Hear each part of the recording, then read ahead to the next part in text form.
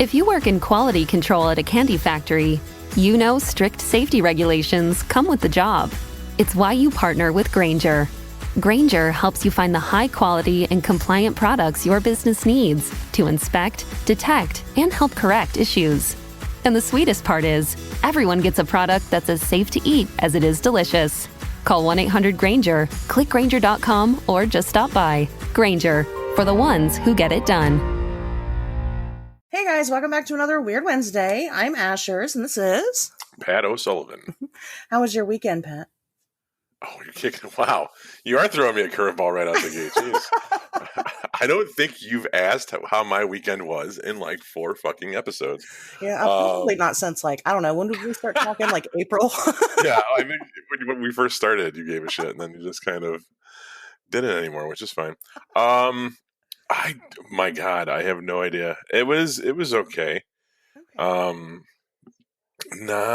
Eddie Van Halen died tonight. That's kind of crazy. Yes, that just happened, right? You're right about Yeah, I mean, I guess my mind keeps kind of coming to that first, and it's nuts because there's no rock and roll guys anymore. You know what I mean? Like, there's no like, who are the new musicians that are filling that void? We lost Neil Peart, who I'm a huge Rush fan, and we lost Neil Peart back in January of 2020, and then just tonight, the 6th, we lost Eddie Van Halen, and it's just weird because I've always been kind of very cynical about people's outpouring of like thoughts and prayers when something tragic happens on social media. It always felt very schmaltzy to me. But I'm like, this is, I don't know, it's fucked up, man. It sucks because, I grew up on that kind of music and that kind of culture. And it's something, that whole like classic rock, arena rock vibe is something that's we don't have anymore. Yeah. It's not part of our culture. Yeah. It's not part of, like, if you think about music in the year 2020, there's no one like who's like I was thinking about this the other day, like, obviously before he died, but I was listening to a Foo Fighters song on the radio and being like, this is the best we fucking got. Like, is that going to be our generation's Rolling Stones, the Foo Fighters? Well, even then, like, how long have the Foo Fighters been around for? A long time. I mean, since what, 94 or something, 95? Right. I mean, so it's not like these are like new people on the scene, even within the last decade, And so it's like, if you go back and just look at the last decade of like musicians alone, you're right. There really is nobody. Right. And that was such a huge part of, I guess, like me growing up was, the rock radio station in town, Rock 103.5, and we would go to like the events and we'd like meet the DJs and stuff and listening to that kind of music, and it was a big deal. And it was kind of like, it was a part of, like, there was people that were like that, that were like rock and roll people that like had backyard barbecues and like, lifted weights in their driveway and like fixed up old Camaros on their front lawn. And like, I don't want to say white trash because it seems very condescending, and it's not. It's I very much love that vibe, and it's just not fucking there anymore. Go watch the movie. If anyone out here has not seen it, go check out the movie Heavy Metal Parking Lot, and it's probably on YouTube somewhere. And it's a documentary that they shot in the early '80s in the parking lot of a Judas Priest concert. And it's so fucking funny, and it's like only like 11 minutes long. It's very short. But Heavy Metal Parking Lot, definitely check it out. And you just would never see that in the parking lot of a Justin Bieber concert or whoever fucking, I don't even know, Katy Perry. Like, what is even, maybe it's because I'm old and I just don't. So I went to the drive-in this weekend, as most people saw, and I saw a double feature of Rocky Horror and Little Shop of Horrors, and I was very excited, especially with it being outside. It was great enough for everybody to be able to social distance. It was, it was going to be great. There's going to be tons of people there. Everybody was going to be so interactive. And they weren't. And I was like, is Rocky Horror dead now? I mean, is that a thing of the past? Are interactive audiences just not a thing? Are people just not as, I don't know, they're not as weird as they used to be? I'm not sure, which is surprising in the world of inclusion, because you'd think that we'd be even louder and even weirder. But I swear to God, I was the only person that dressed up. I was the only person there that was dressed up at all. And I walked to the bathroom at one point, and I was by myself, and I was walking back to the car, and it's kind of funny. So somebody recognized me, right? They knew who I was, and I was like, great. And they're like, yeah, can I, you look great. Can I take my picture with you? I'm like, yeah, sure. So we get our picture taken, and then like this other couple's kind of eavesdropping, and they come up and they just kind of shyly like look at me, and I was like, do you guys want to take a picture too? They're like, yeah. And they did. And what's hilarious is that I don't even think that other couple knew who I was. I just think that they assumed that I was like more famous than I actually am. So but either way, like, I was being showered with all these compliments and blah blah blah. And it's because nobody else had the balls to even, throw on some fucking fishnet and go stand outside and yell at a screen. And it was like, and it was very sad. It was very, I don't know. It made me feel. It's so great. I don't know what it is, but like I have a long history. Basically, everyone that every chick that I've ever known that does Rocky Horror always dresses up as Magenta. Are you serious? Yes, I noticed that when I was looking at the Instagram. I'm like, oh, how did I not? I don't know if the costume's easy or if the vibe is like I'm supposed to be like a trashy Puerto Rican chick, and maybe that's who I fucking roll with. Like, so I don't know what it is, but I've known a lot of Magentas in my day. I definitely wanted to do Columbia more, and I always have, but it was so much easier to just throw on a dress that I already own and order a fucking white apron from Amazon. So yeah. It was that much. Well, especially because I've spent so much fucking money on costumes lately, and I understand it's Halloween, and I don't know, I guess that's supposed to happen, but like, that's kind of been my thing lately, is like trying to do all these different redheaded cosplays. So I have an Ariel that nobody's seen yet. I had to do the witch costume for the photo shoot that I did yesterday. I have to do my regular Halloween costume, which is Chucky. And then all of a sudden, now, randomly within 3 days of going to Rocky Horror, I'm like, oh, I have to have some type of costume there. So, but that is funny. It probably because, it is the easiest. I mean, you can just buy a maid outfit on Amazon and you're good to go. Right. Like I said, you don't have to do Janet where you're like half undressed or anything, or. Well, I also got the red hair. So, I mean, why would I choose, none of the redhead characters? There you go. There you go. I saw Rocky for the first time, but believe it or not, for the first time like 2-3 years ago. Wow. Where I had seen it, but I had seen it at home. Yeah. And I love musicals, but I was never a huge Rocky Horror person. As a kid, it didn't really speak to me, I guess, the way, and maybe this kind of answers your original question, is like, is it losing some of its steam after all these years? Yeah. And, for me, it never had any. Like, I always appreciated what it was. And obviously anything that empowers weirdos to be weird, has a soft spot in my heart, as much as like, it's like David Bowie, like, I could probably make you a greatest hit CD with 15 David Bowie songs that are great, but I don't know the majority of the man's work, but I appreciate what he meant to people at that time and the cultural impact that he had. Right. So Bowie's always gets a free pass in my book. I love the man. And Rocky Horror is kind of the same thing. We're like, no, it never did shit for me. Honestly, I like Grease better. I thought it had better songs, Well, I movie. went for Little Shop of Horrors because I think it's superior. Right. I mean, that's another one where like, way better. Right. But I think that what made Rocky Horror, I think it's a part of, it won. It did its job. It served its purpose. Yeah. You know what I mean? And if it changed the culture, and we've caught up. I know that there's still parts of the country that are very, I don't know, regressive, or they're not, Yeah. That's fine. And that's always going to exist. And we can't fix everything everywhere at once.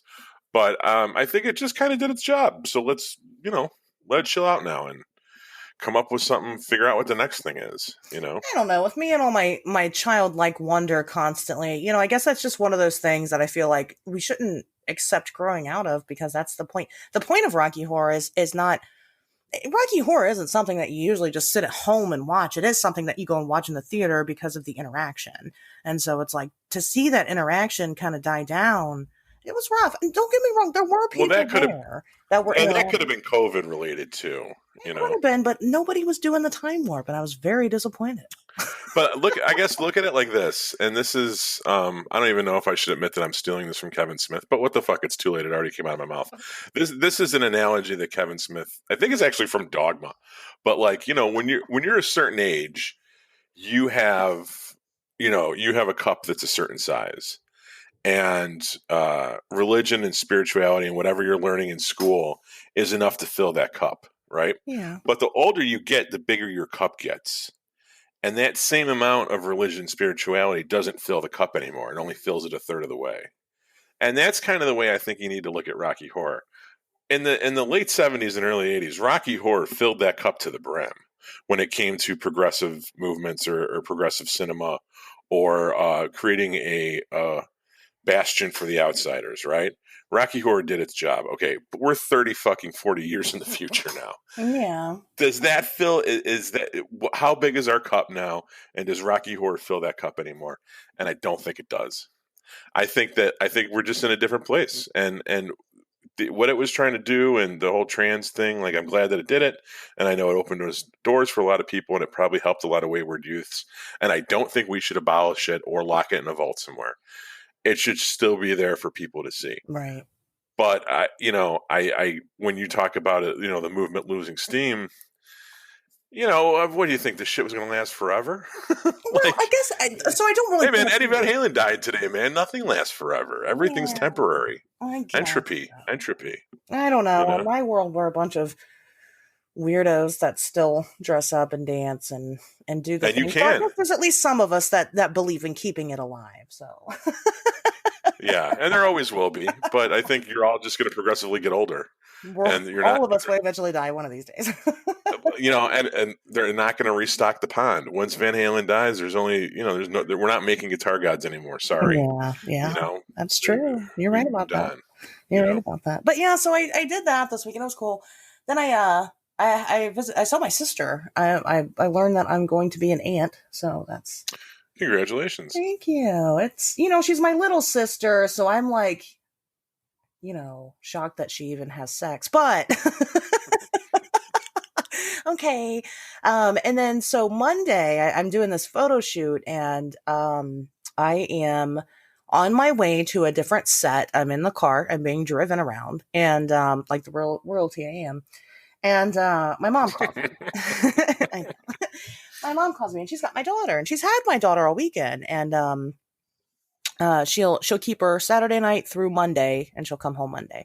So anyway, my mom calls me, and she'd called me earlier, but I was busy working, and so I didn't answer. She called me again. She's like, well, I just got done getting tested for coronavirus. And I'm like, oh, no, you didn't. Because she makes kind of jokes like that all the time. And she's like, no, really, I really did. And I'm like, what?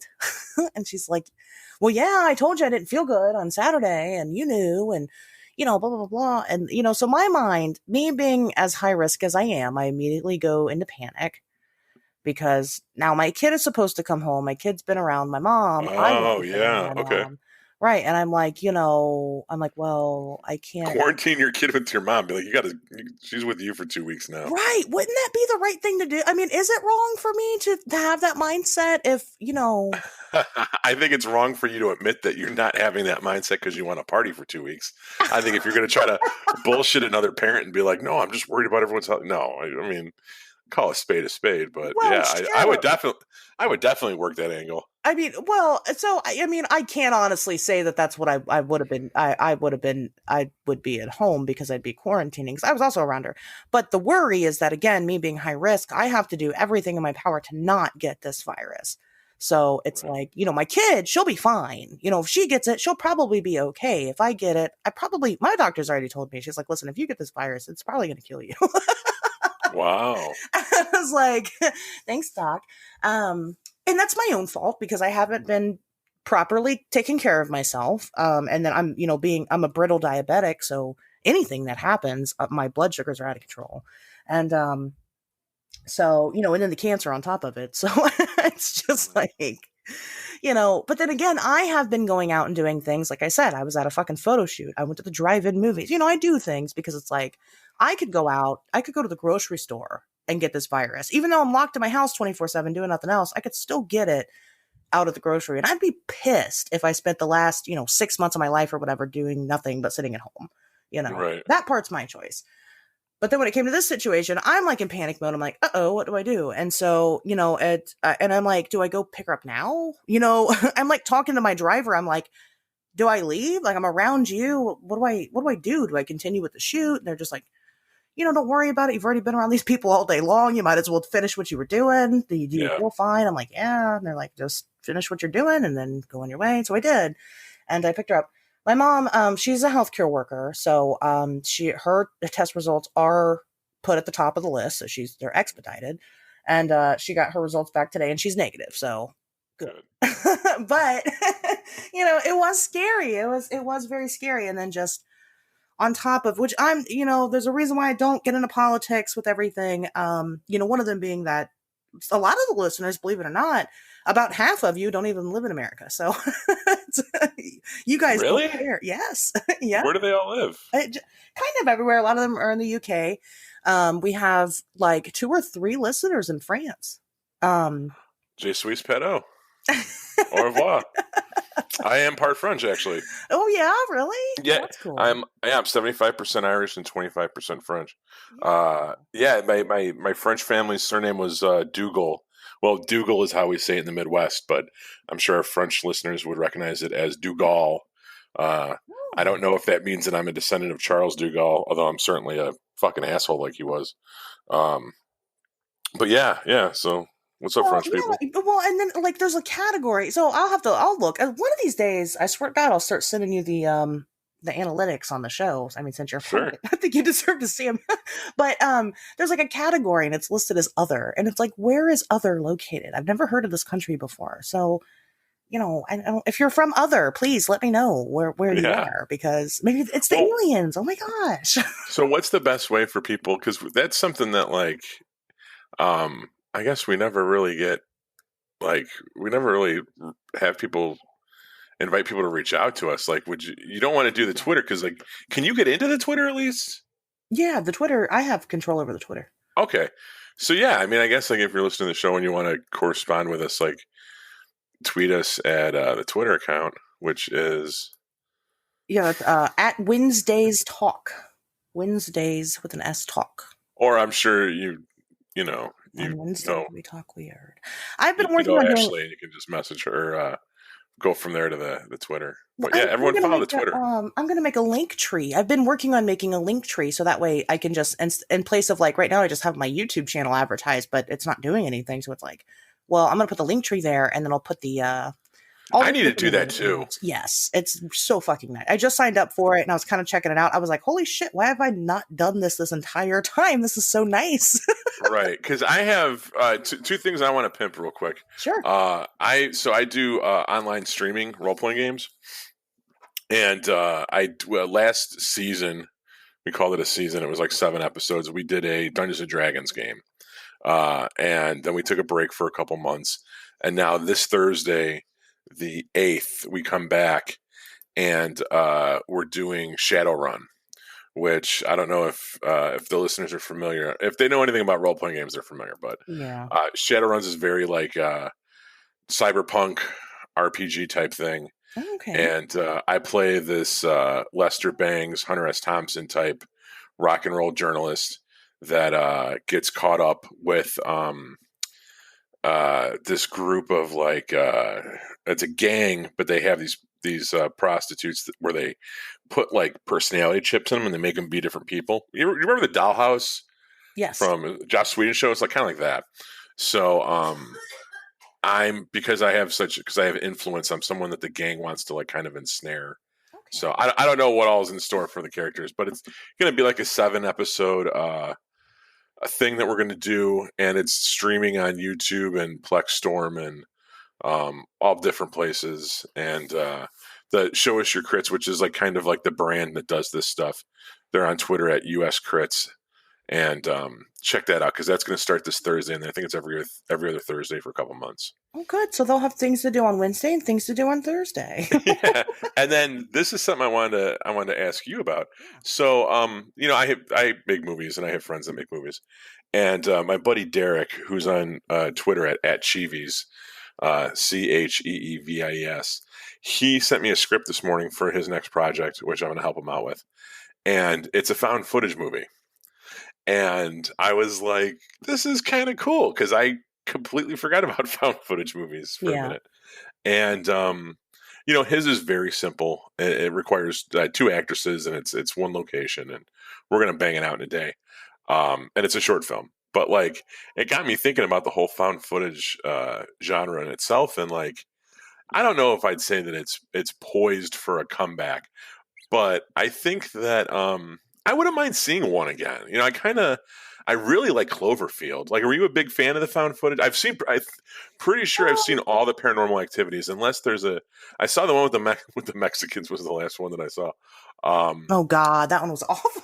It was definitely. It wasn't that weaker. bad. The VH1 one wasn't bad, or the VHS one wasn't bad. And then, what was the other one that was good? There was the one with like a webcam. It was like a lot of like webcams Unfriended, or is that what? No. It was Paranormal Activity, but it was. I have no idea. I've only seen the first one. I saw the one with the girl.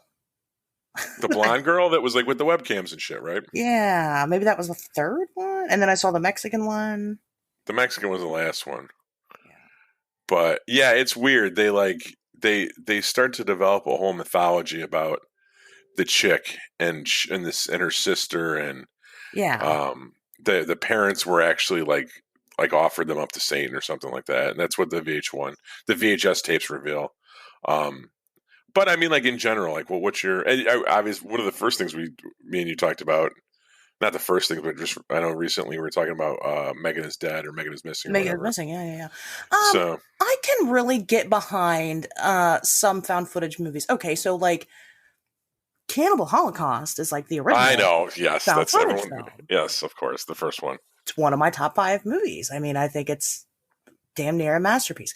But it's different because you do have the shots of. It's not exactly found footage, It's got the shots of the anthropologist in the city and whatever.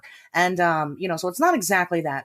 We've talked about like Megan is Missing, which was another interesting concept because it does all take place online. It's easier to do when you have these places, these settings that are strictly online for, for these types of movies. And then, I didn't mind Unfriended. I didn't even mind the shitty dark web sequel or whatever. It wasn't terrible. It was different. And then I did, the review that I just did, which is kind of funny. This is kind of a theme, I guess, for somebody that's not crazy into found footage, but the review I just did this last week was for the Poughkeepsie tapes, which I don't know if you've seen. Oh yeah. No, I have not. Yeah. And it's kind of like, it's a mockumentary. So I remember hearing about that movie forever. Yes. And then it was always at Fangoria, and it was like this like fabled thing that took forever to come out. Yep. And there was so much mystery behind it. Everybody's like, why is it taking so long? But it's like a mix of like found footage because they find these tapes and they're, kind of again, like a Cannibal Holocaust. They're like going through them and, they're kind of profiling this killer that they can't catch through the tapes that he's left behind. And, so it's kind of another, a different kind of take on the found footage thing. And then my review, hopefully for next week, is going to be Hate Crime. And it's a found footage film, and it's about a Jewish family being attacked by these neo-Nazis. And so, it's really, I don't know. I mean, there's some. So with me being a kid in the 90s, the big movie that came out was Blair Witch Project. Yes. And it was a huge fucking deal. You had, they made that documentary and showed it on like the Sci-Fi Channel or something. And like, it was, everybody was convinced that this thing was real. You get on the website and there's like court documents and diary pages and so much evidence that it was real. And so it was, when I watched it as a kid, I think I was really young. What did it come out in 99? I think I was like 8. Yeah. It came out the summer after high school. for Okay. me. I graduated, yeah. So Yeah. 99. Yeah. So I mean, I was very young. And so, for me, it was really impressionable because I did believe what I was seeing and, had no other reason to believe otherwise. It scared the shit out of me when I was a kid. For a long time. I couldn't even the creepiest part for me was like the end credits where it's not really music at all. It's just like all those weird noises and shit. Mm. And it was traumatizing. I'm like, I can't listen to this. So It was definitely effective. As someone that was 18, I saw it in the theater the weekend it came out. I had been following it. I watched, there was a Sci-Fi Channel thing that they aired leading right. up to it that kind of acted like it was real. Yeah. I knew that it wasn't, but I also knew that it was, the marketing campaign was so hard to miss, and you almost thought that it might have been real, but you knew it wasn't. I mean, like, you knew it wasn't, Yeah. but it was so effective in the way they did it. And I remember walking out of that thing and bitching about it with saw it with my girlfriend and my two buddies, and we're like in the elevator with these people, and I'm like, it fucking sticks and rocks, and this is all this fucking movie was, and there was no monster, and he's standing in the corner like a jagoff at the end, and like everyone in the elevator just like busting out laughing, like ripping on it and shit. And then, but being like, yeah, but dude, I didn't sleep that night. Yeah. I went home and I had never had of a movie like, The because idea of it was so effective. Like just the marketing around it, it really made it very believable. They did a great job. So like when something like Cloverfield came out and oh yeah, same thing, yeah. I was not a fan of Cloverfield. I don't like it. What? And that Oh god, I sucks love that movie. because I fucking love kaiju. Like I love monsters. Like I have, that's like one of my big things is like these old monster movies and like, things like that. And so it's like, you'd think I'd really like it, but, and I love aliens, but it just, I don't know. I didn't, I don't know if it's because I didn't connect with the characters and they just weren't likable to me. I can't even tell you any other names, because I just didn't Uh care. yeah, Yeah. Lizzie, it was Lizzie Kaplan, and TJ Miller's character, who was the camera operator, Yeah. his name was HUD for heads up display. Uh, yeah, I remember that. I remember that. Dude, See, Cloverfield, I didn't know any of I that. spent so much time on that fucking website looking at the slusho shit, trying to figure out like what was what. Like, I was excited about it at first because they were also doing like they had the poster where it's like you could see the monster like in the clouds, but like you couldn't, like it was like hidden. So like you had to like outline. I don't know if you remember any of that, but it was like it was a big oh yeah, deal. I was a DJ at the time, and all of my DJ posters, I still, if I ever have to make a poster for now, this is the aesthetic that I use. My DJ posters would be it would be completely black, and then it would have the date like 11/23/20. Like in that, because that was the Cloverfield poster at first. They never said the name of it. It was just the date. Yeah. All you needed to know was the date, the Yeah. release date. It was like 11/08, whatever, right? And that was the aesthetic that I used for all my DJ posters. And then the bottom it would say the venue. It would be like Liars Club, blah blah blah blah. Right.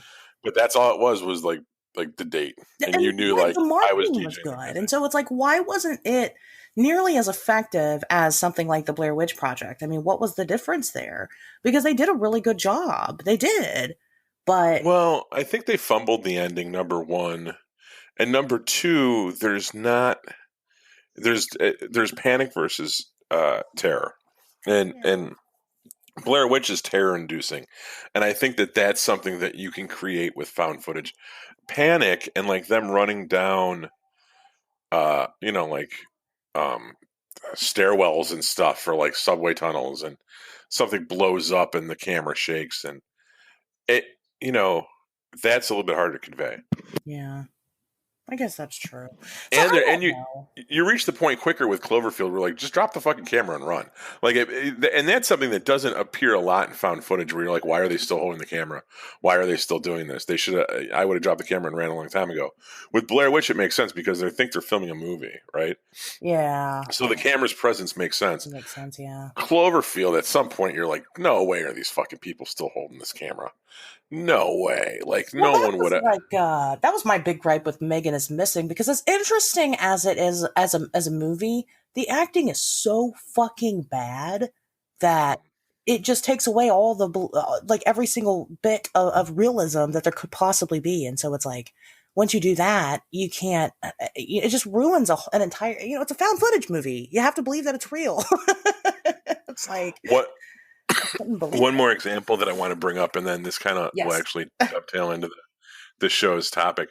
So between Cannibal Holocaust and Blair Witch, are you familiar with the McPherson tapes? I am not. Okay, there was a found footage movie that was created in between those two Okay. about an alien abduction of a family in Minnesota or something, right? And it starts out as a family celebrating a birthday party, and the power goes out, and they think that a meteor or something crashed off in the woods. So they take the camcorder and they go to investigate what crashed. Okay. And they see that a UFO landed, and there's aliens dissecting cows in the fields. And the aliens see the humans run back to the house, and then the house becomes under siege by these Greys. And it's very, they get nosebleeds, and the daughter seems to be like communicating with these things, and they pop up on and there's a shotgun. They fight them a little bit, and basically everyone one by one they all get abducted. The car is like destroyed. You see the things walking around. There's like a porch that wrapped around the house, the front level, the first level, and you see them like walk by the windows and shit. And so somebody made this movie, right? This is not real, but like they made this movie, and then Channel 50, which I don't know what it would be for you guys in Ohio, but for us it was like UHF TV, like, you have 2579, but then you have like those other channels. Right. So yeah, this was like Channel 50 ran this special, and I want to say it was hosted by Jonathan Frakes, who played I think Riker was his name from Next Generation, and they broadcast it as a 2-hour special, the McPherson tapes, where they showed footage of it along with interviews from someone claiming to be the town sheriff, claiming to be investigators that found. So basically, the family disappeared. They found this tape and trying to piece together what happened. So when you watch it, it's kind of like a talking head documentary. It's not just like the found footage itself. Like it kind of, there's segments of that interspersed with like people theorizing what happened and explaining like when they found the house, it was empty and they found this or whatever, or physical evidence they found in the woods and shit like that. Yeah. And this came out in like 94. Yeah. But you can find it on YouTube, and it was scared the shit out of me as a kid. I'll probably watch it because I have stated on the show before, but I will again reiterate that like this is like my worst fucking nightmare. I'm terrified of aliens. I really am. Yeah. Well, me too. So I am that is like the last thing. Like one of my biggest fears is being like abducted in the middle of the night, or even just like waking up and like looking out my window and there's one like standing outside my window. Like that is just not where I want to be ever. Do you think it has to do with the alien, or do you think it has to do with like the mind control or lack of consent or like that type of thing? That's a really good question. I have no idea. I've often wondered, maybe I've had some type of experience and maybe that's what's really, fucked with me and I just don't remember. Because I don't know. It's been a fear I've always had. I don't know. I mean, shit, maybe I watched the McPherson tapes when I was a kid and I don't remember it. I don't know. Yeah. It's just a very illogical fear, especially for somebody that actively, looks for proof of these things. It's like, eventually, I have to even like having the interview with Tanya Derenberger, knowing that she could possibly be a direct link to these, to aliens, like that's scary to me. And I don't know if it's just because it's unknown. I don't know if it's just because it's different, but that's a good question. I'm not sure. But, I digress. What I was talking about earlier, about the politics of the country right now is that like, it is a real shit show. If you're not American and you're not following, it's actually really interesting. So our president supposedly got COVID, allegedly has COVID. Do not buy that? So, I'm not saying that I believe or don't believe it, but there are a lot of people that don't think that he has it. And that makes sense. It does kind of make sense. Then again, at the same time, there's a lot of people that would have to lie in order for this to be true. With that being said, when I say that the president is lying about having coronavirus, he lied. That sounds ridiculous, right? I mean, doesn't that just sound fucking off the wall that he would go that far? And, again, that would have to be a pretty big, event in order for him to pull off, right? I mean, he was at the hospital and everything. There's weirder conspiracies out there than that. It gets deeper. And, me and Pat kind of came up with this idea to kind of have this show where we just kind of talk about really off the wall conspiracy theories that are just so out there that, I mean, they can't really hold any water, can they? I don't really want to go into the big details of the specifics of each one because there's so much. And I mean, we could do individual episodes just presenting the evidence and debunking the evidence and whatnot. But I don't know if you want to start off with big ones or if you want to start off with smaller ones and work up to the big one. I think you know what the big one is. No, I don't. That would be the big flat Earth. Oh, okay. It's probably the most well known on the list. So I don't know, how you want to present that. I know that we had kind of mutually talked about some. I've got some that I'd like to present to you. Yeah, sure. Well, let's see what you got first. You show me yours, I'll show you mine. Sure. So, one of the ones that I kind of wanted to talk about that is a branch off from previous episodes was that, with back to dinosaurs. There are some people that believe, specifically the people that believe in creationism, that the dinosaurs helped build the pyramids. Okay. I mean, that seems somewhat logical considering if you could use them to pull bricks and shit, Well, right. I mean, they're huge, right? Well, wouldn't they be able to do it the correct way aside from, just man? I mean, there's lots of debates on how the pyramids came to be. And, that might be, that's probably not that I'm saying that we should poo-poo this one right now, but that could probably be an entire episode because I saw something recently where they were showing how they actually, how you split rock evenly. And it's like you hammer in basically little pegs along the line that you want to cut. And like, let's say you're trying to cut like a block, right? That like you would hammer these pegs in like every 6 inches or so. And then that way, when you hit it hard enough, it splits it pretty flat. And then from there, you can kind of sand it into the shape that it needs to be. So, and they were showing people do this now, and that if you look at like builders back then that have been doing this, it's like basically like union craftsmen, like they're going to get good at it after a while. It's going to be a skill. It's going to be something, you do it like fucking 100 times a day over the course of, 10 years. You're going to literally have it down to a science. Yeah, well, there's definitely, I mean, I think that building the pyramids could absolutely be an entire episode. There's so many theories about how that happened. And we just know that it happened, however it did. So yeah, I mean, you're right. I definitely don't want to get too far into it, but yeah, I mean, it's possible. There's all kinds of demonstrations that we have to prove that, we could have done it. But you're right. Transporting it's still an issue because it's not like they're so big, right? Right. We didn't have, heavy, construction equipment back then, or maybe we did and we just haven't figured out what it was yet, but what else would have worked besides, a fucking dinosaur? Right. So I don't know, again, in order to believe in that one, you'd have to believe that humans and dinosaurs live together. And then that's just a whole nother, if you guys want to know about that, just listen to, what was that, last week? Go back there. Yeah, last couple of weeks. So, go back there.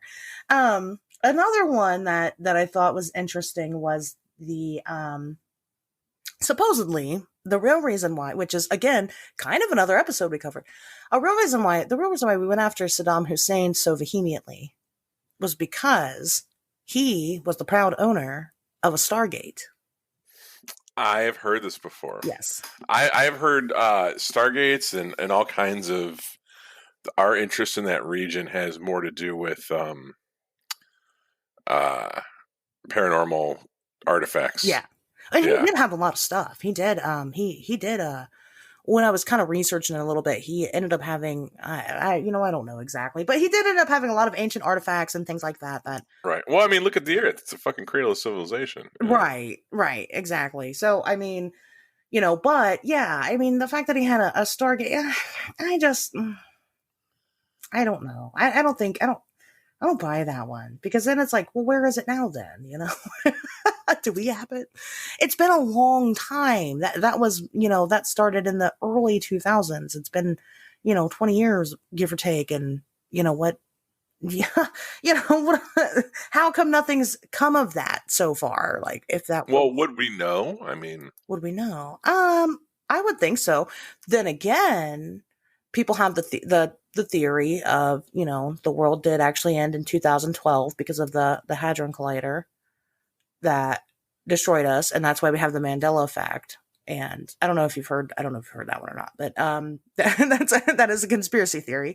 Is that it fucked up, we fucked up, and we shifted ourselves into another dimension, which is why we have false memories, or we only shifted some of us into another dimension, and like some of us aren't originally from here. So I mean, but what if it was really the Stargate, and that's what happened? So I mean. I don't think so, though. I think that if we had access to a Stargate, there'd be a lot of shit that we wouldn't be doing. Like, we wouldn't even be concerned with going back to the moon right now. I don't think we'd know if we did. Just like we wouldn't know if they had it in the first place. We wouldn't know if they got it. It's not like they would. I mean, they won't even show us the video of Bin Laden being fucking killed. You think they're gonna fess up to the fucking Stargate? They're like we killed Saddam Hussein, and also there's a fucking. And I'm sure it's also like, if you want to. This is the way I always look at it: is that if you want to go down that rabbit hole, right? You think that Saddam Hussein has a fucking alien portal, and I'm not saying he doesn't, but if you think that this guy's rocking a Stargate, dude, they're not sending some military outfit in there it's comprised of like some guy that used to work at Subway with. Like, yeah, this is going to be the elite of the elite of the elite with their fucking fingerprints burned off. Black ops. These aren't going to be just like army dudes from the fucking, that got called up from the Ohio State Guard or some Ohio National Guard. Like, these are going to be very highly trained people that will keep their fucking mouth shut. And could. I think that we could. Okay, look at like this. Like, could we have ulterior motives to start a war in the Middle East? Yes.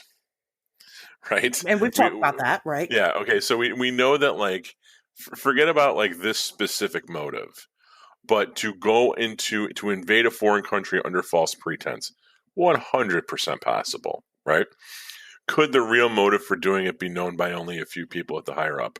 Once again, entirely possible. Now, once you kind of stabilize the region and you know where you're going for, and it's just a matter of like, going in and clearing out the enemy base. Okay, so then you pick your 12 best guys that can keep their mouth shut, that are going to fucking do everything but open that door, because it's behind. I mean, all this stuff, I could totally see that happening, right? And then I can also see them doing all that, opening the door, finding the Stargate, and then, no, they're not going to go on CNN and tell us about it. Well, of course they're not going to tell us about it. Do you think that they could send even a single person through that Stargate and back, and that person would not say anything about it? I don't know enough about Stargates. I mean, I don't know enough. Do I think that, like, yeah, because look at what we do know has happened. Well, I guess none of it that we know for sure. I mean, once again, nobody's ever gone through a fucking Stargate that we know of. You know what I mean? Well, look at the Philadelphia experiment. You know what I mean? Like, I don't know, but once again, how much of that do you want to believe? That was them trying to do teleportation in the, I think, 70s or 80s, and supposedly it was an entire like Navy cruiser that they sent back to like World War II on accident. There's a movie about it too, but like, look it up, the Philadelphia experiment. And what they were trying to do was do stealth technology, right? Okay. So they were trying to like stealth technology by bending light. And when they were fucking around with it, they inadvertently created made a teleportation thing that sent this ship through time. But the thing is, boats on water, it's not, it's there's waves, right? It's not a flat surface. It's not steady. So between the trip back and forth to when it teleported, it was jarred. The ship kind of switched positions a little bit, like it moved, and some people materialized in between decks, right? Okay. And were either dead, right? Because now suddenly there's a fucking pipe through their head, or they're even worse, they're alive and they're caught in the wall and they're screaming because they're half metal and shit. All this horrific stuff that supposedly happened, right? And I mean, at that point, what do? You just blow up the ship, and you're like, okay, well, we lost the ship at war. Well, right. I think the only way to absolutely silence somebody with something that large you'd have to kill them. Right. Right. So you're talking about, could we send somebody through a Stargate and have him come back and he wouldn't say anything? Well, if he knew that if he did, at that point in your career, you have two options. Either you keep going through fucking Stargates, or you die at some point. They get rid of you. Yeah. There's no retirement plan at that point. And I'm sure whoever they pick with that in mind, right? They're not going to pick somebody to go through the Stargate if it's somebody with a wife and kids and a family and lots of friends, and he's a West Point grad and, all this stuff, and he writes books about the fucking Navy SEALs or whatever. Those aren't the guys you send. Yeah, I get You that. send the guys that you can disappear, and there's people that are more than happy to do that shit. I guess so. I mean, I don't know. It just seems very far-fetched to me that's why we went after Saddam Hussein. I just don't feel like they had the technology available to even have a fucking Stargate. First, we'd have to admit that their technology is beyond ours, and it's not. What, aliens? No. Iraq had to, the Middle East would have to have more resources and more scientific advances than we do. If they had a Stargate, we didn't, and we wanted their Stargate. Oh, well, hold on. I don't think they built it. I thought you meant it was just discovered, like the movie Stargate, where it's just there. Well, no, Saddam Hussein had a Stargate, and that's why we went after him, was because we wanted their Stargate, because we don't have right. But it was something from an ancient, but it was something that had been there for centuries. Yeah, that was my understanding. Not that these fucking people built the Stargate. I mean, but even they don't have then, though, irrigation. even from an ancient, I mean, I don't know. So I think that in order for us to have a Stargate, it's got to be something that we make. I don't think it's something that we have. Right. I mean, that gets a little. Yeah, unless unless he stole it from somebody else. Well, then who had it before him? Then why don't we go after them? Well, wait a minute. Have you seen the movie Stargate? No, I haven't. Oh, well, that's why this isn't okay. So in the movie Stargate, archaeologists find this stone ring, right, buried in the sand, right, and they dig it up and they figure out that if they energize it and they move it, it's a portal, right, and it opens up a portal to another planet, and that's where there's aliens, but. Basically, that this portal used to be open and aliens would come back and forth to Earth to mine for gold. It's like the Anunnaki or whatever. Right. And that there was an uprising on Earth and we'd close the portal on our end.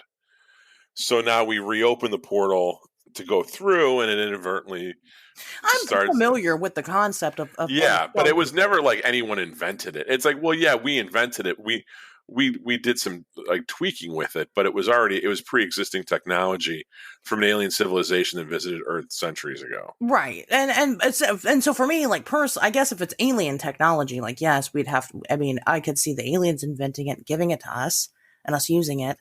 But I don't know, for me that just seems way too that's just way too unbelievable that's improbable. I think it would be something that we'd have to make. I think for me, it's it could be a possible explanation for the Garden of Eden, that it wasn't actually on this planet, and that when man was banished out of the garden, they were somehow put through the portal and sent to Earth or whatever, sent to this reality. That's or this. Where the Stargate came from.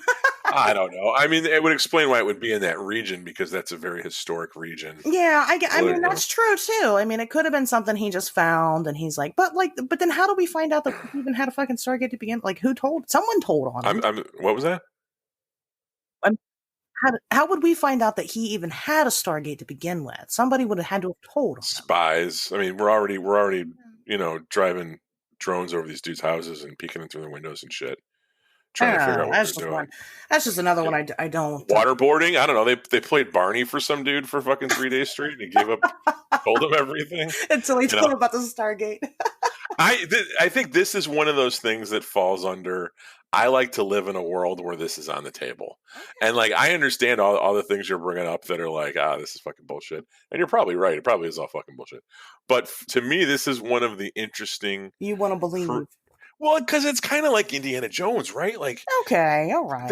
That's when you talk about these regions where we're fighting all these wars. It's like, yeah, we're probably fighting for oil, but at the same time, there's oil in the Gulf of Mexico, and there's oil in Alaska, and we're spending a lot of money trying to stabilize these regions and take over and occupy this territory. And yeah, it could be for oil and it could be for poppies, but wouldn't it be cooler if it was because of the Ark of the Covenant? Like, I don't know. It's just, I once again, I'm sure the deeper you look at it, logic begins to prevail. Listen, I just said earlier tonight that I don't think anybody should lose their childlike wonder, and I'm not here to kill yours. So please, if you need to believe in it, that's fine. I just think it's a bunch of bullshit. All right, fair enough. Speaking of bunch of bullshit, can I lob you one your way? Sure. So this is verifiably bullshit, but I think that this is something that's worth at least talking about for a minute or two. The birds aren't real movement. Yes. Which you can check out for yourself at birdsaren'treal.com. Spelled out exactly how you say it with no apostrophe. And this is something, there's a Vice article, not written by the Proud Boys dude, written by one of their other reporters. But there's a Vice article that breaks it down. But basically, the birds aren't real thing, which I was on my radar. I knew about it. You mentioned it. We talked about it last week, and you're like, but isn't that a joke? It is. It's basically designed to sell T-shirts, but it worked, which is interesting in its own right. Yeah. And there are people that will be like, that will subscribe to it, and they will fucking die by the fact that those claim birds aren't real. See, everyone I knew was kind of on board with it just being like a satire. Yeah. But you're saying that like it's eclipsed the satire, and now there's people that actually believe it? Yeah. Yes. Okay. Because it is kind of poking at, and I know you're saving this for the end, but it is kind of poking at the flat earth thing. Flat earther stuff. Yeah. And it was like, let's take a ridiculous satire on conspiracy culture and fake news. It takes advantage of the memification of all their conspiracy theories that are out there and essentially creates something that beats them at their own game. Yeah. It's also a satire on internet's woke culture. That's from the Vice article. I didn't say all that shit myself. But I think once again, it goes back to our instinct to be skeptical and not trusting what other people say. And most of us take a lot of scientific concepts for granted. They're not there doing research. How many birds have you actually physically manipulated or something? They could all be little drones. And I guess to explain the theory is that the birds all died off, I think in like 2008 or something, because of something that Obama did. And I think if you I will briefly paraphrase the theory because you definitely should read it for yourself because it is funny. But basically it ties into like Obama accidentally released some kind of pathogen that like killed all the birds. And they were replaced with these little drones, with which the Obama drone thing is also kind of funny because he's the father of the drones. He gets pegged with that for some reason. And and so that's the theory is that birds are not real. They've been dead for going on 12 years now. They've been replaced by drones and they're spying on us. And that COVID was an excuse to get everyone to stay inside so that they could go out and change the birds' batteries. I haven't heard that yet. Yes, that's how I found out about it. Because somebody had posted that like this COVID, and I was like, wait, what? And then I looked into it, and I found it. I have not heard that yet, so it's still going strong then. Oh yeah. The COVID thing gave it the shot in the arm that it needed to sell another couple fucking $1,000 worth of T-shirts. Wow, that's so funny. I did see a video kind of recently, and it was like, it's just one of those unverifiable videos that you never have a source for, and it was like a video of like a bird that was just stopped in the air mid-flight while things around it continued. And I understand editing tricks and all that. I really do. But I mean, really, if this was a fake, it was a good one because it was like really shitty camera quality. The bird looked legit, and it was just there, stopped, and then it kept going. But while the rest of the world still continued around it. So I Right. thought that was really, I don't know, and I don't know if that came from the fake bird people or just a glitch in the matrix type of thing. I'm not sure, but it was interesting. It was really interesting. Um, One of the ones that we'll kind of talk about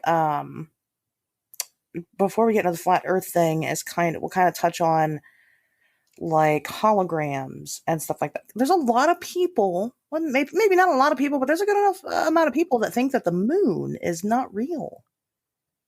Okay. Like the moon is a hologram, and it's not really there, which is just absurd. I mean, it just doesn't make any sense. I guess, as a witch, I take great offense to it because I love the moon. Like, and so it really hurts my feelings that other people don't believe in the moon the way that I believe in the moon. But the moon existed before hologram technology. Are they saying Right? that It's been around forever since we Right. have, So it's like, how, But I mean, the hologram thing, we've seen that with all kinds of different stuff, but that's probably the most ridiculous example that I've seen with it personally, is that the moon doesn't exist. So that can kind of feed into, sometimes that goes hand in hand with the flat Earth people, Mhm. is that the moon is constructed to make us believe that the Earth is round somehow, some way. So let's get into the meat. Otherwise, we're gonna run out of time here, and just kind of briefly touch on the flat Earth people. Flat Earth has become kind of a big thing, and I think that it also started off as like a joke, and and then people took it and ran with it. And there have been people that have done different experiments to try to prove that the moon, or not the moon, that the Earth is flat, which they're all very easily debunked. And it's just very stupid stuff. And at the end of the day, when you sit and argue with a flat earther, even if you continue to debunk their points that they make with, very easily verifiable, science, their straw man argument's always going to be, well, you're just brainwashed. And that's how they really don't have any good argument for what they're trying to pitch to you. It's brainwashing. That's every like ridiculous conspiracy theory. At the end of it, they just come to, okay, just keep being a sheep or keep drinking the Kool-Aid or whatever, and they all kind of come to that conclusion. But yeah, there's a lot of people that think that the Earth is flat. There's an entire Bible written about like flat Earth that I think came out in 1881. It's pretty old. So there are people that have like subscribed to this idea for a very long time, but the Earth's not flat. It's just flat. It's funny you say that because like it. So I did a decent amount of research for this, and going back to what you said about the Mandela effect, do you remember being taught in grammar school that Christopher Columbus had set out to prove that the Earth was round? Yes. That's not true. Okay. Well, according to the research that I did online, that is not true. But I do distinctly remember being taught that, because they were all going to laugh at him because no, he set out to prove that it was round because they were like, okay, you're going to fall off the side of the Earth, right? Because he was trying to find a different passage to India. Right. And they would go down south along Africa and then up to India, and he was like, no, we'll just go this way and we'll come out on the other side. And everyone said, no, you're crazy. You'll fall off the edge of the Earth. Apparently that's not true, but I definitely remember being taught that as a child. Yeah. But so from the research that I did for this show, and I'm not saying that a lot of this sounds somewhat suspect to me because it seems to run counter to what I remember being taught in school, although maybe it's not. And I'll let the listener decide if this is, but this is multiple sources, right? Multiple sources. Most people didn't think the Earth was flat.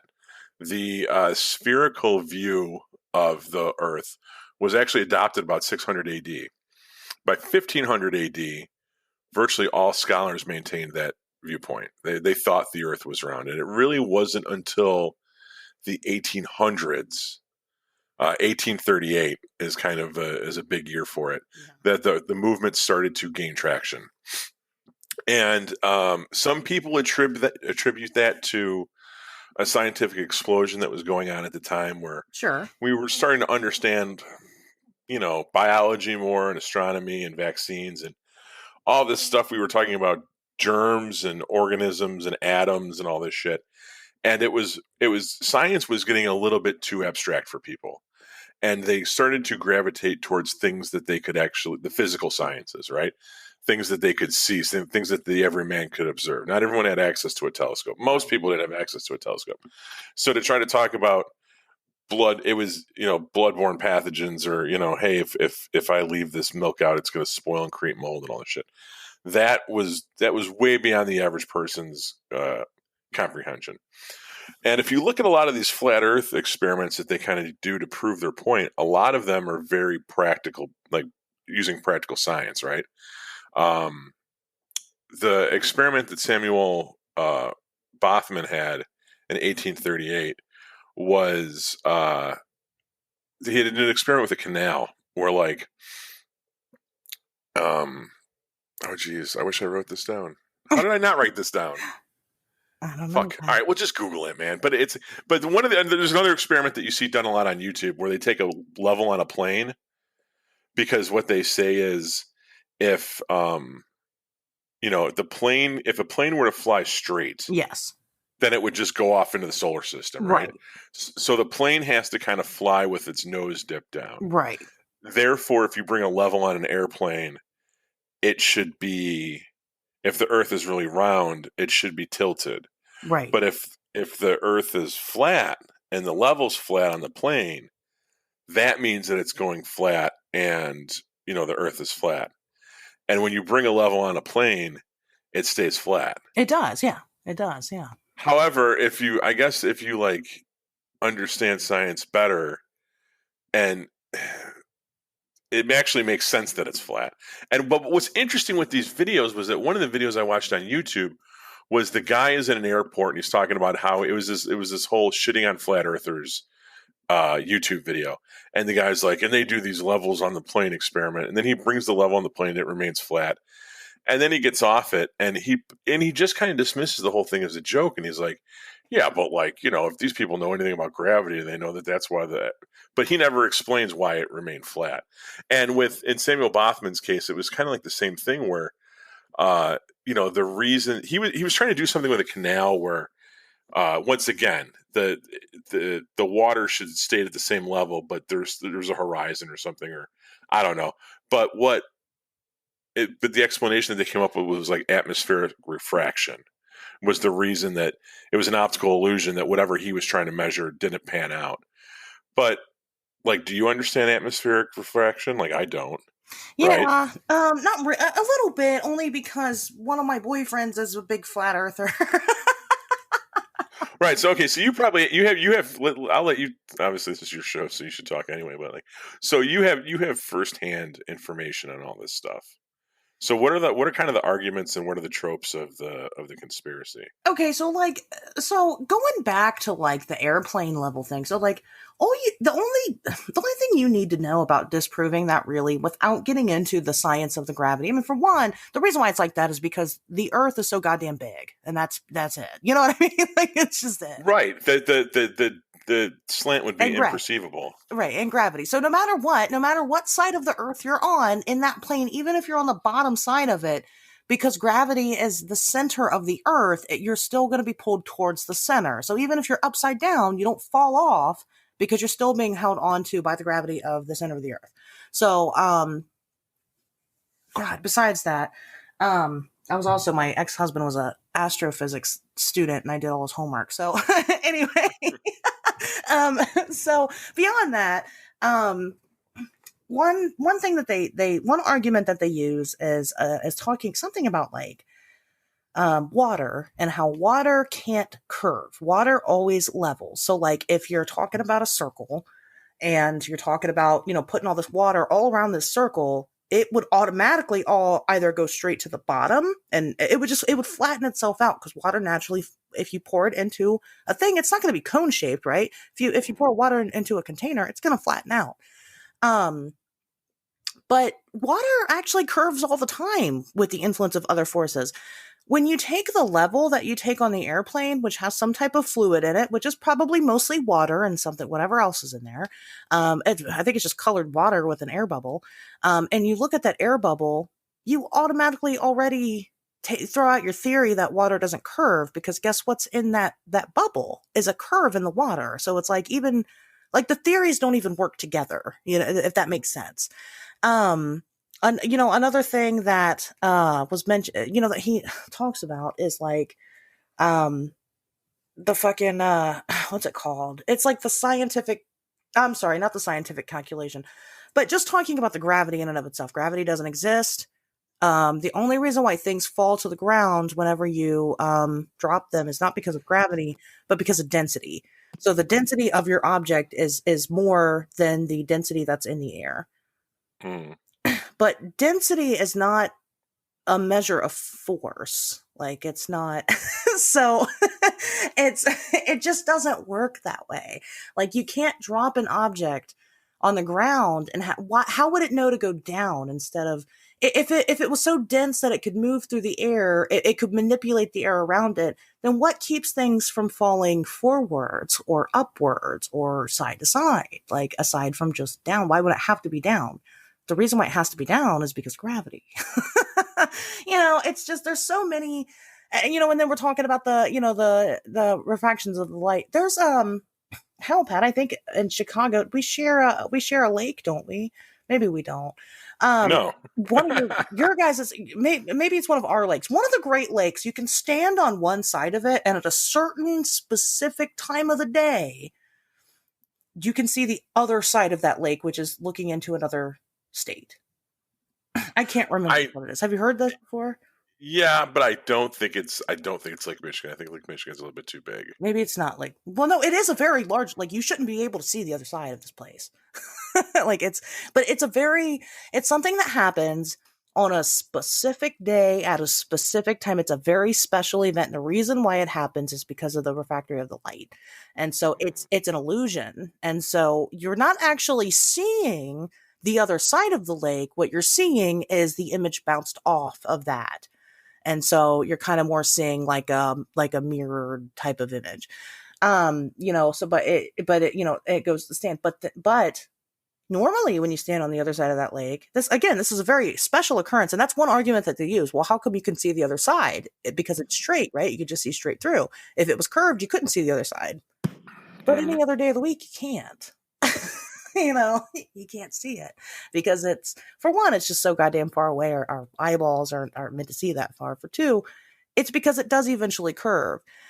The curve takes so long. I mean, it's so, again, the Earth is so big that it's not anything that we can naturally perceive. Like, that's it. I mean, just the size of the planet itself and gravity are all you need to debunk pretty much every single theory that all of the flat earthers have.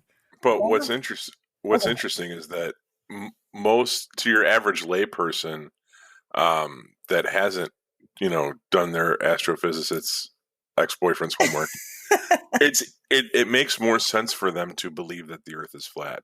It does. Than to admit that there's science that escapes their comprehension. And I think for the longest time, like, science was like relatively simple, and your average geek on the street, your average person, your average farmer could pretty much grasp like, okay, the basics. Yeah. But then as we got more into it, more people started to feel alienated and maybe even like angry about it. And they felt alienated by science, and they started to say, well, that science isn't fucking real. And I mean, maybe that's something, akin to what we see today with the COVID people, the COVID deniers that want to believe that this shit isn't real because it's easier not to some extent. Two very famous flat Earth proponents, NBA point guard Kyrie Irving and Shaquille O'Neal, have both made comments on different podcasts claiming that they believe the Earth is flat. And then I looked at some surveys, and one of them that I looked at said 84% of people surveyed have always believed the Earth is round. which means that 16% of the people didn't. Yeah.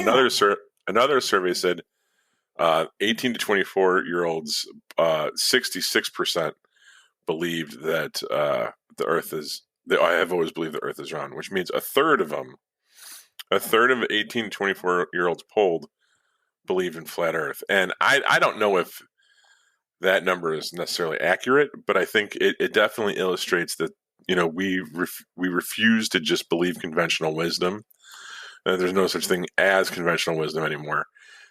Just the fact that there is a non-zero number of humans that think that the world is flat and work really hard to prove it. So, maybe it just has people, goes back to kind of the thing that we talked about at the end of last week's episode, where people just are starting to more and more just reject these basic concepts of reality, and they don't want to believe, they're suspicious of things that they can't physically understand. Things are becoming too abstract for people. Yeah. Well, and that's very true. Flat Earth ties into that. You know what I mean?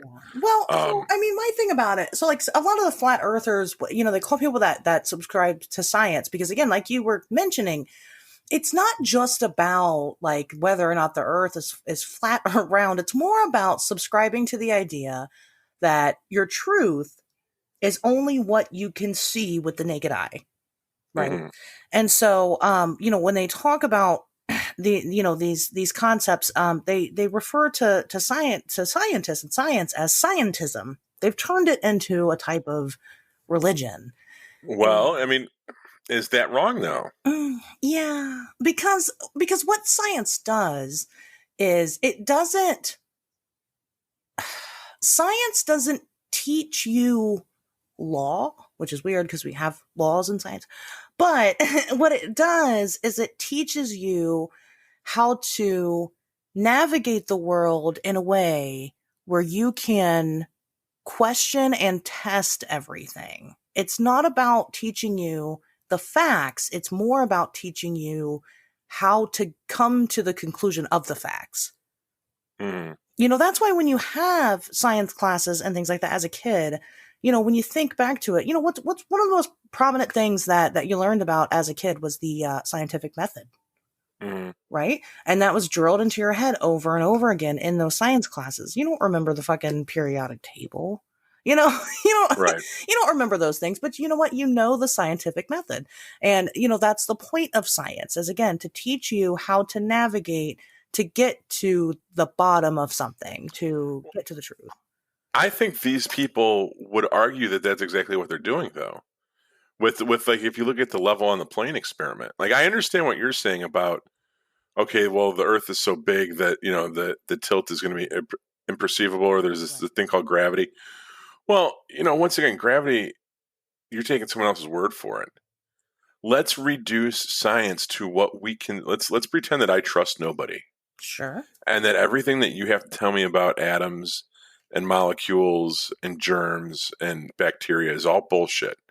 And you're fucking with me, right? And you're telling me that bacteria is real, just like people used to say that if someone had epilepsy, it's because they had 34 ghosts in them or whatever. Right. Sure. Science has been wrong in the past, and that's something that we bring up a lot in the show. Yes. Science has been wrong in the past.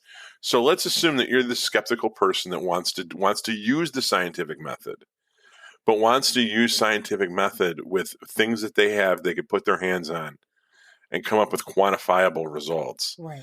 And they use this level on the plane experiment as an explanation to why the Earth is flat, as proof that the Earth is flat. Right? Yes. Yeah. Listen, I don't think that the Earth is flat, but I understand the hill that these people are willing to die on.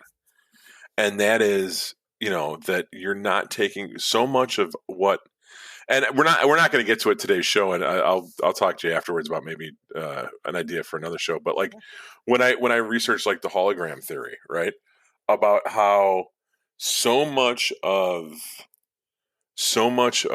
how we perceive reality comes from what we expect to see, and when you dismantle that expectation, right, and you really open the doors to some crazy shit. And that's kind of what these people are doing is like, well, you're expecting, and once again, it goes back to the creationism when you had people that looked at the Grand Canyon and you had scientists that said one thing and you had creationists that say something different. It all depends on where you start from.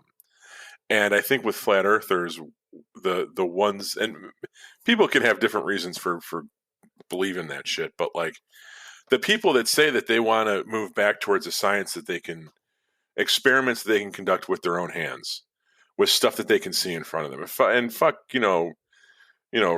refractory optics and all this shit. Yeah. Let's talk. Gravity, yeah. Well, but how do you explain that to somebody that doesn't have a master's degree in this shit? And even then, what's that master's degree comprised of? Things that you read in books that other people wrote that you're just taking their word for. What's an education but you being able to memorize what someone else tells you to memorize? Well, so the difference between like that and like the flat earth people doing their experiments is that when these people do their experiments is that they omit information. And so because they're denying that information, they're omitting it completely, that means their science is flawed compared to like people that set out that prove things that we pretty much know is truth. They didn't have an agenda. They just wanted to know the truth. So they used every bit. They were unbiased when they got to that science. Now, when you have the flat earthers, they're biased. They want to prove that flat earth is real, and they will do that at all costs, even if that means being dishonest with their research. All right. Does that make sense? I mean, does that? Yeah, you definitely, it's hard not to come into this argument with a preconceived notion of what you're going to find, right? Like no one's really being objective here. Right. Even the flat earthers, like they're not being objective either. Everyone's juking the stats to prove their own narrative. I mean, no matter what topic it is you're looking at, anything, if you have already, and we've kind of talked about this before, if you've already subscribed to that idea that that's true, you're going to use every single tiny little bit and shred of evidence that you can to prove that it is. Even if there's stuff saying that it's not, and you're still going to believe that that is definitive proof that it is real or it is true or your truth is reality. And so, and that is where, the waters kind of get muddied in the situation because, you're going to have that human condition. You're going to have that bias. Well, yeah. And I think that's one of the things that one of the flat earther arguments that happens to ring true is that, you might have done your physicists. What the fuck? Astrophysics. What was his name? I'll just refer to him by his name. I'm not going to say his name. Let's say Kevin. You might have done Kevin's homework. Sure, it's Kevin. Yes. Right. Okay. You might have done Kevin's homework for him, and you might have been able to read those books and then write the papers. But realistically, I mean, was any of that shit that you could prove? It's just someone else. You know what I mean? Like someone else just wrote that book. Actually, no. Most of it is simply theories. It's most of it. That's what I mean. Like even if you look at you can look at I've read Brief History of Time by Stephen Hawking. Yeah. I understood maybe a third of it, and the third of it that I understood, I just took his fucking word for it. It's not like I went out in my backyard and looked up and was like, "Oh, he's right." Well, yeah, your key tied to your kite, and right. Yeah, that's how we conduct experiments about black holes, I guess. But yeah, but I mean, honestly, let's think about that for a second. Like, we are legitimately taking all these people's words, and we are just trying to vet what one person has to tell us versus another. So, hey, people want to believe Stephen Hawking's fine, and then you get other people that want to believe that Saddam Hussein had a fucking Stargate. Okay, fine. And then you have some people that think that Trump never had corona. And it's like, at the end of the day, you're just taking one person's word over the next. Yeah. And how can you really be sure? Unless you're in the room when it happens, unless you're there, how can you really be fucking sure? And then just because you're there, I mean, gosh, again, back to my, let me put my shameless plug in there, my documentary about synchronicity. It's very hard to translate an experience onto the screen. It really is. It's hard to let you feel and see and experience what it is that I felt and saw and experienced without you actually being there. It's really difficult, but it doesn't mean that it's any less accurate because I know that it happened, so in my reality, it's reality. So, right. You're absolutely right. My thing is, with everybody and everything forever, is question everything. Always question everything. Right. But don't forget the absolute truths. There are absolute truths out there.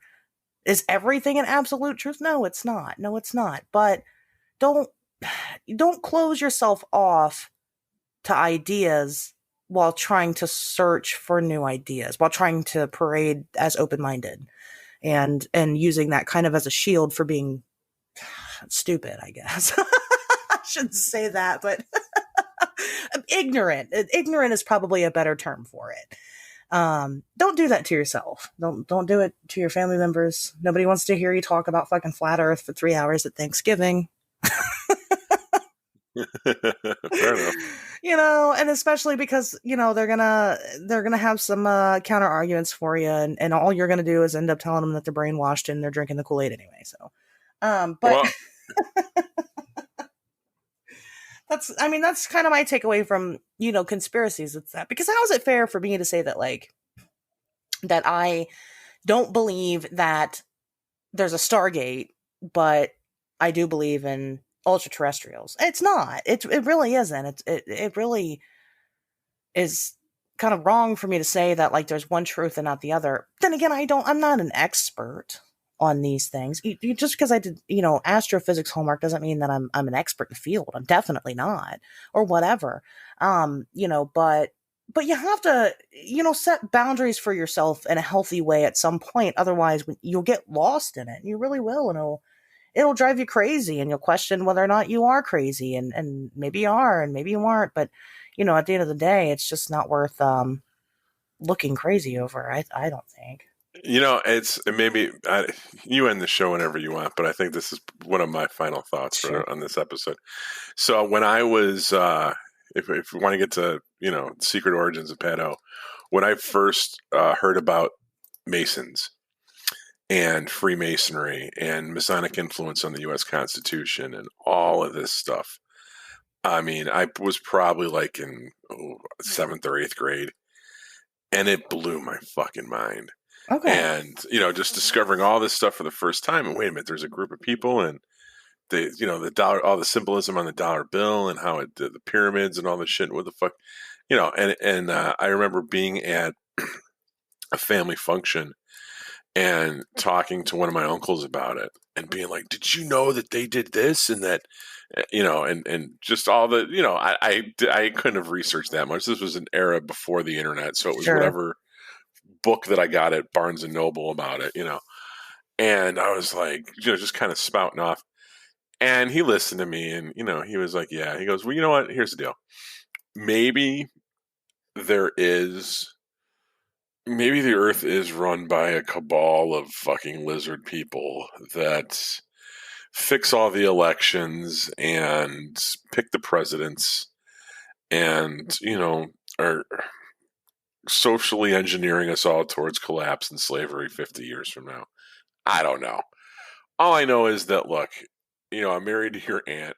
Okay. I have to get up for work on Monday, and I need to get a fucking oil change. And you know what? That's enough to keep my mind occupied for the next 24 hours. Oh. All this stuff might be true, but it doesn't change the fact that, we still got to live, and we still got to get through the day. And there's absolutely nothing to be gained from fucking standing there aghast in horror at the idea that people might be conspiring to make decisions about your life without your fucking choice. You know what I mean? And at the time, I was so appalled at that kind of stance, I guess. Mm-hmm. And I'm not saying that now that I'm 40, and I'm probably about the same age that he was when he said that, now that I think about it. Most definitely, because he's not 70 now. He was probably a little bit younger than I am now when he said that to me. And I get why he said it. I don't agree. I definitely didn't grow up to be that apathetic. Sure. But I understand that. And I think that having a dose of that kind of in your back pocket at all times is a good thing to have. Well, it keeps you grounded, It keeps you grounded in reality, just in case. We could sit here and bang our heads against the wall about all kinds of shit. And, it doesn't change the fact that, like, You still need an oil change. yeah, it's fucking whatever. We still got lives to go to. Like, this shit's important, don't get me wrong, but, At the end of the day, I think there is at least some truth in everything. There has to be, or we wouldn't even come up with these ideas. There's got to be some, even if it's the tiniest grain of truth, it's got to be out there somewhere in order for us to even come up with these big theories. And, again, like I said earlier, question everything. Just make sure that it works with your other theories, and just make sure that it doesn't, flat earth doesn't have to be your whole personality or any of it. None of it has to be all of your personality. You can have these, you can be a freedom fighter, breaking up the Illuminati or whatever it is you're doing, and still, be a productive member of society. So, and like other things too, you can be sad about Van Halen dying and also be sad that the government's lying to you about the earth's shape. So, but I think that's, probably a good place to end it. So simplest way to put it, guys. I don't know. There's some shit out there that's really wild. I believe, in my personal opinion. What do you guys think? Do you think that there's crazy conspiracies out there? Do you think that all of them might have something to them? Maybe you believe in that birds aren't real. I don't know. I don't know what you guys do with your lives, but yeah, hit us up on Twitter and tell us your favorite ones. Yeah, absolutely. I think that would be fun. We should probably put the interaction parts more in the beginning of the show, because I don't know how many people make it this far, but all right. Very good idea. All right, guys. Well, have a good week. Don't get the coronavirus.